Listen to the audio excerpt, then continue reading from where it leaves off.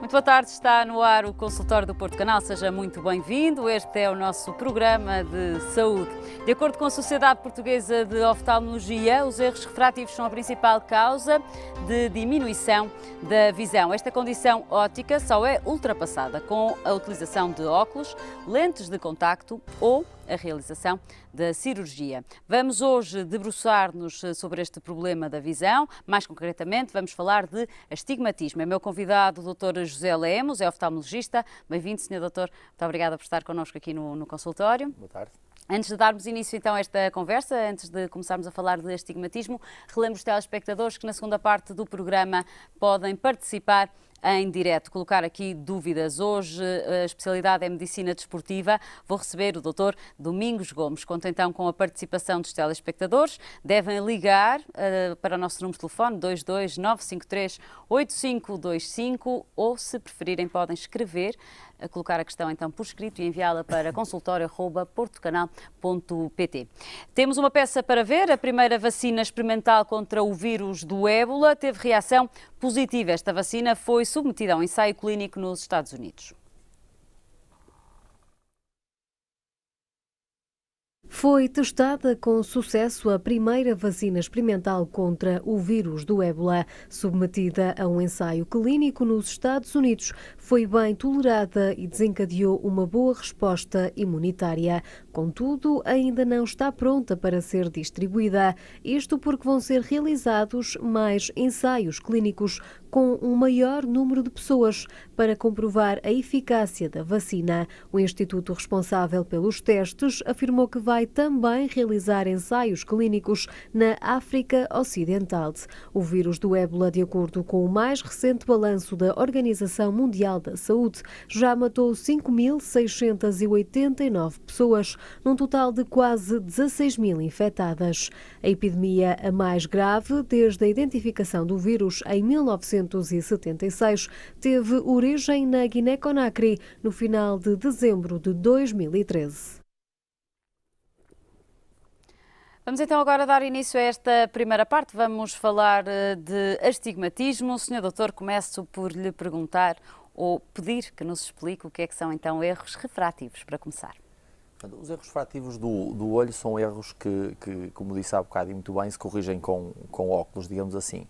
Ou seja, é uma condição óptica, portanto há um erro, há uma alteração na óptica do olho. Não é uma doença? Não é uma doença, é um estado fisiológico alterado. Portanto, por exemplo, a miopia resulta essencialmente ou normalmente de um olho demasiado comprido. Portanto, a miopia é um erro refrativo? É um erro refrativo, a hipermetropia é outro erro refrativo. Sim. E o terceiro será o astigmatismo, que normalmente aparece associado aos outros dois.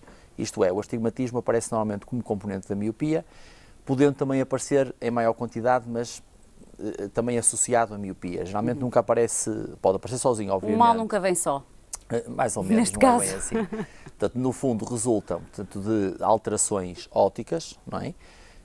Que têm de ser corrigidas porque podem provocar vários efeitos, nomeadamente o astigmatismo. Se for um astigmatismo relativamente baixo, eu posso lhe dizer, por curiosidade, que o astigmatismo atinge mais ou menos 60% da população. 60% Exatamente, da população. mas em valores pequenos, não é? O que é que são valores pequenos? Vamos perceber. Estamos a falar de 0,25, ou acima ou abaixo, ou positivo ou negativo. Antes disso, quando falamos de astigmatismo, falamos exatamente do quê? O que é que estas pessoas têm dificuldade em ver? Ora bem, era aí que eu queria chegar. Portanto, o astigmatismo é um erro refrativo que, ao contrário da hipermetropia ou da miopia, que modifica portanto, o ponto de focagem da luz em todos os eixos, Sim. O astigmatismo modifica apenas num eixo, ou seja, num eixo, por exemplo, no vertical, a luz foca no sítio em que deve focar, mas no horizontal não foca, pode focar atrás da retina ou à frente.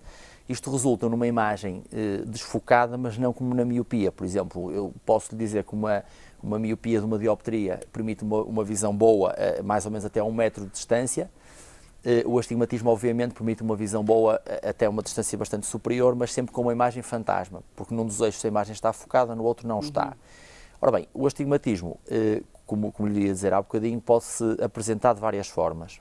Se for pequeno, e como disse, a maior parte das vezes é pequeno, pode dar origem àquilo que nós chamamos as queixas de astenopia. São queixas de cansaço visual, que são muito frequentes nas pessoas que trabalham muito com a visão de perto, nomeadamente ao computador, e que cada vez mais resultam, exatamente, acontece. e, obviamente, e que resultam de um continuado esforço de focagem. Então, o paciente, se é que se pode chamar paciente porque não é uma doença, vai estar a forçar mais do que se não tivesse esse astigmatismo, e conduz a dor de cabeça, a sensação de peso sobre os olhos, ardência, uma série de sintomas associados a cansaço visual, digamos assim. Esse será a maior parte dos casos.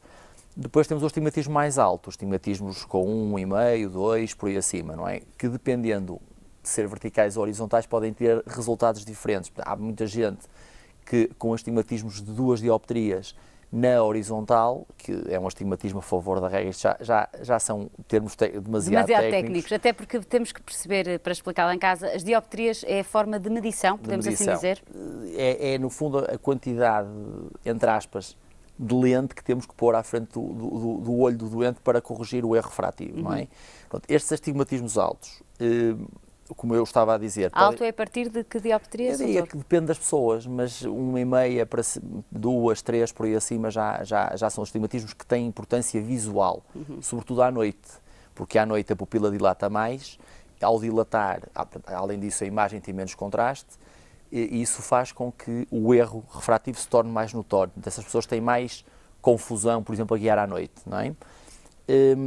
Como eu estava a dizer anteriormente, há pessoas, no entanto, que mesmo com 2 dioptrias, se o astigmatismo for corrigido na horizontal, conseguem focar a imagem fazendo assim aos olhos. Eu sei bem aqui isso Pronto, é. Exatamente, imagino. Muitas vezes. Portanto, o astigmatismo tem vários formatos, várias apresentações. E várias causas também. Essencialmente 2, sendo que uma será a mais importante. A mais importante é, sem dúvida nenhuma, a assimetria da córnea, ou seja, a córnea é a nossa primeira lente, é a lente mais potente do nosso olho que nos permite focar a imagem inicialmente.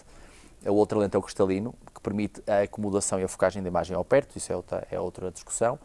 A córnea muitas vezes é assimétrica, ou seja, num eixo tem 44 dioptrias, no eixo contrário tem 46. Ora bem, isto provoca um astigmatismo teoricamente de 2 existente na córnea. Outra causa de astigmatismo mais raro é um descentramento entre a córnea e o cristalino. É uma situação menos frequente, portanto, um astigmatismo interno, digamos assim. Há outras formas patológicas de astigmatismo. Portanto, estamos a falar até agora de astigmatismo regular, que é um astigmatismo no qual há 2 eixos, um está, como eu disse há bocadinho, focado no ponto certo, o outro não. Há córneas, no entanto, que são patológicas, essas sim, e que provocam o aparecimento de astigmatismos irregulares. Esses astigmatismos têm vários pontos de focagem. A doença mais conhecida nestas situações é o queratocorne, que é uma doença com uma frequência relativamente alta, relativamente, não é, quer dizer, uma coisa baixinha, mas de qualquer das maneiras aparece com frequência na nossa consulta. Muitas vezes começa por um astigmatismo aparentemente normal, mas com a idade vai se revelando, porque a córnea já era estruturalmente frágil e vai se revelando. Outro astigmatismo irregular é provocado também por alterações do cristalino. Mas esses já são patologias, se calhar já não nos interessa tanto falar aqui. Sim. Portanto, podemos perceber então que a idade acaba por ser um fator de risco para o astigmatismo? Sim, portanto, a idade é um fator de risco em 2 vertentes. Quanto mais idade tem o paciente, mais nota o erro refrativo, menos consegue compensar o erro. Portanto, um astigmatismo que se calhar de uma dioptria num doente com 20 anos, se calhar não lhe faz grande confusão, mas com 40 já começa a fazer, não é? Outra importância do astigmatismo, e até mais importante do que essa faceta da idade mais tardia, é na criança. O astigmatismo na criança... que é muito comum. É relativamente comum. Portanto, é relativamente comum. Agora, a importância do astigmatismo na criança e a sua detecção precoce prende-se com o desenvolvimento visual. Não é? Porque realmente, se houver um olho perfeitamente refrativamente imétrico, isto significa que não tenha graduação nenhuma, que veja 100% sem graduação ao longe, e se tivermos outro olho com um astigmatismo a partir das 3 dioptrias, mais ou menos a partir das 3 dioptrias, se esse facto não for detectado, podemos ter um subdesenvolvimento do olho que tem esse astigmatismo superior, não é?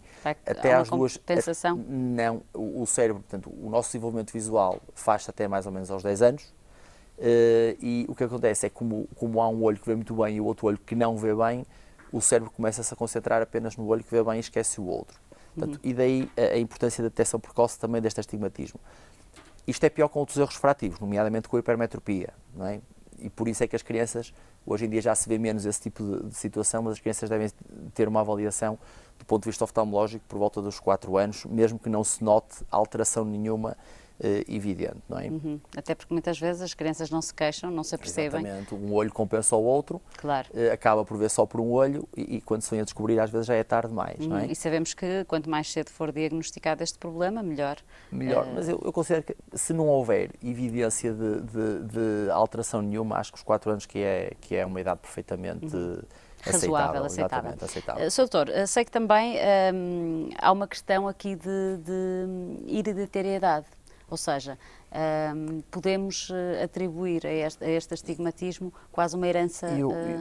Eu acho que no astigmatismo não é bem assim. Na miopia, sobretudo nas altas miopias, isso verifica-se, não é? No astigmatismo, se forem altos astigmatismos, sim, obviamente pelo formato do olho, como eu lhe disse há bocado, ele resulta de uma córnea assimétrica, é natural que tenha uma incidência maior sobre os descendentes.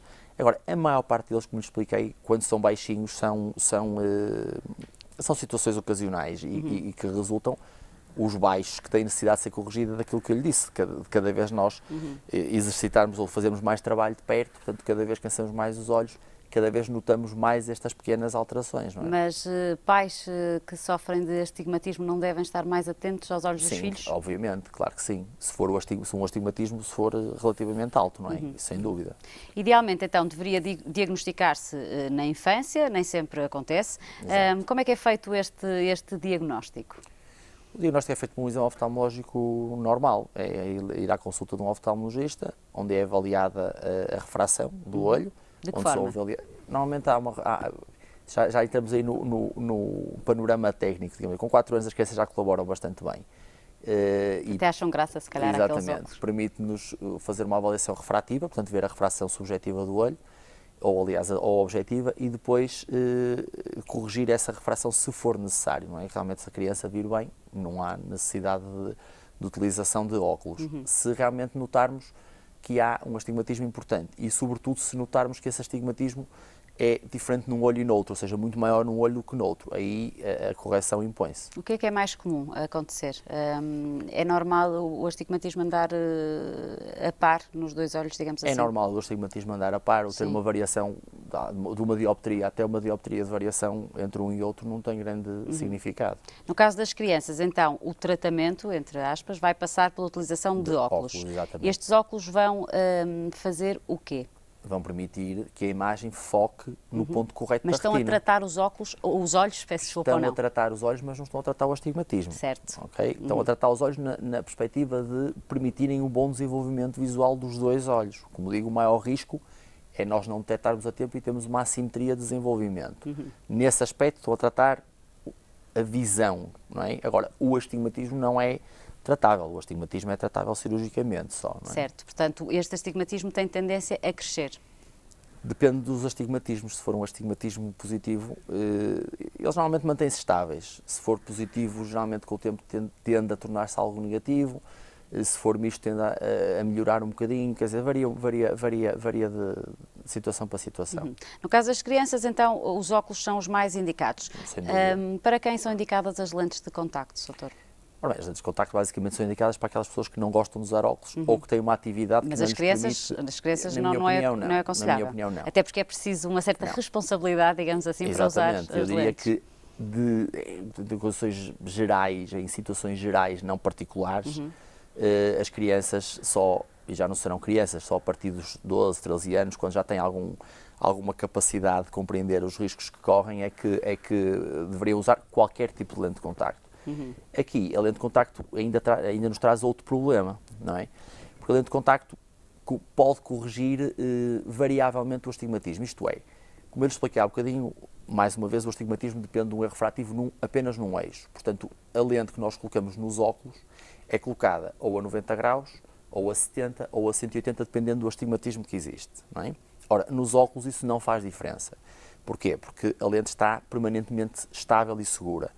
Na lente de contacto, obviamente, é uma lente tórica que corrige realmente esse astigmatismo, mas ela oscila com o pestanejar. Que é uma lente tórica? A lente tórica é uma lente que corrige, além de corrigir o erro esférico, miopia ou hipermetropia, se for necessário, corrige o astigmatismo. E tem a ver com o formato, a lente é igual à outra, mas tem a ver com o formato da lente, da manufatura da lente, e ela tem umas marquinhas em baixo para se direcionarem. Exatamente. Se calhar sabe disso também como eu. Infelizmente, sobre todos estes males que estamos aqui a falar.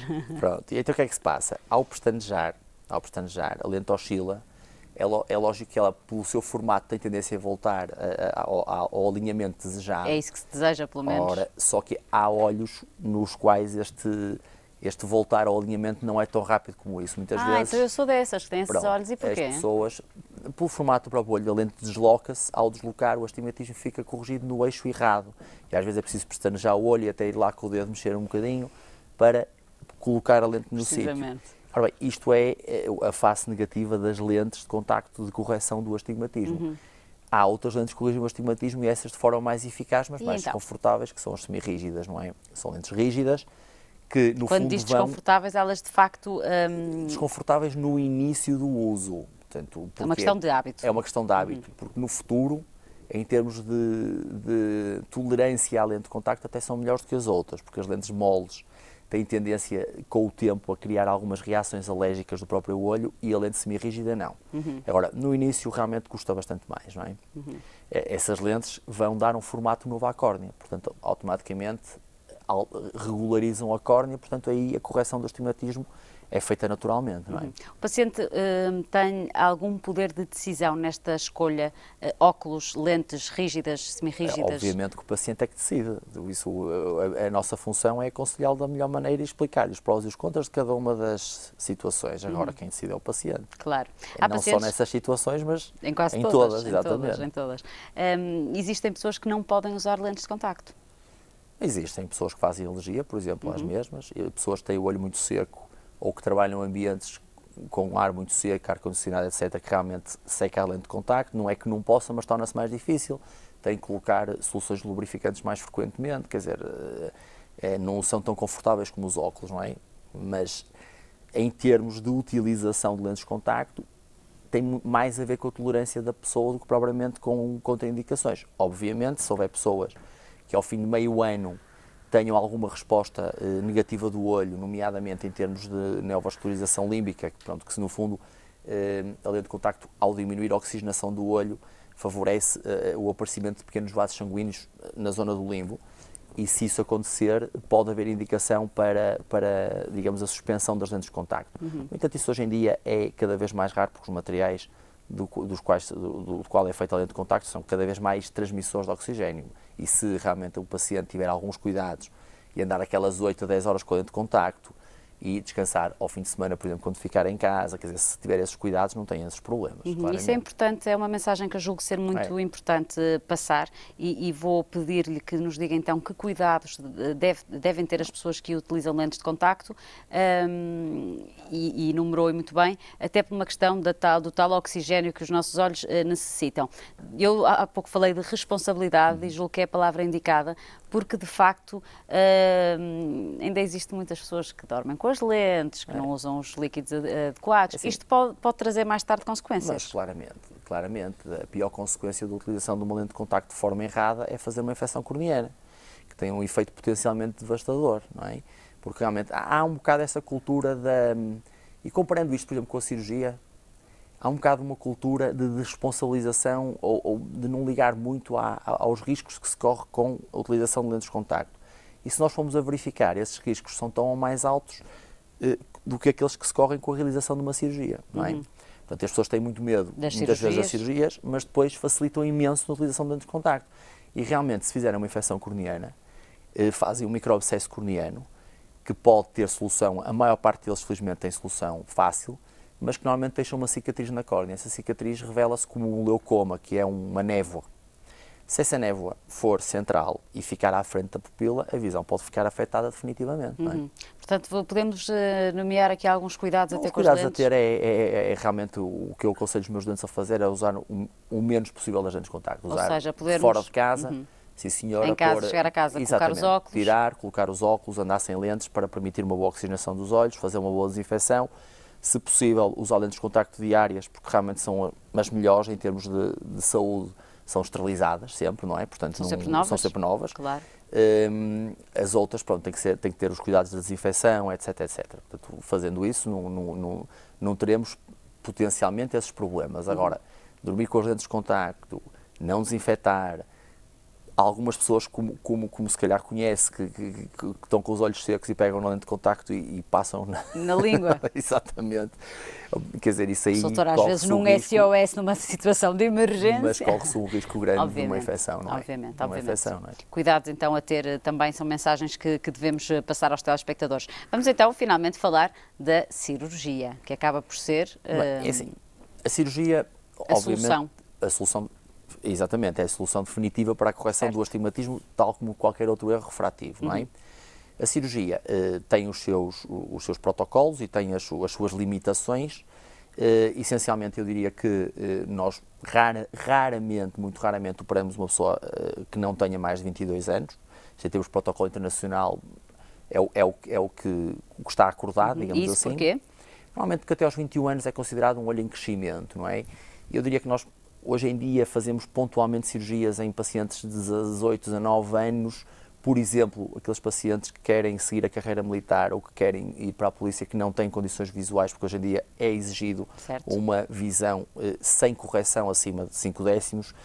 Esses pacientes pontualmente poderão ser submetidos a este tipo de cirurgia, mas normalmente doentes com 22 anos que têm uma refração estável, ou seja, não em crescimento, num período pelo menos de um ano. E como é que os médicos conseguem perceber se ela está estável, se este astigmatismo está estável? Normalmente são doentes que já são nossos, não é? E que vão acompanhando. Vamos acompanhando e chega a uma altura que diz, olha, está na altura de ser operado porque realmente não há a miopia ou a hipermetropia, o astigmatismo não está a crescer, não é?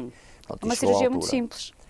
A cirurgia, eu diria que para o paciente é simples, é sempre uma cirurgia meticulosa, para nós, não é? Mas felizmente hoje em dia fazem-se muitas, portanto depois a experiência acaba por tomar conta do resto.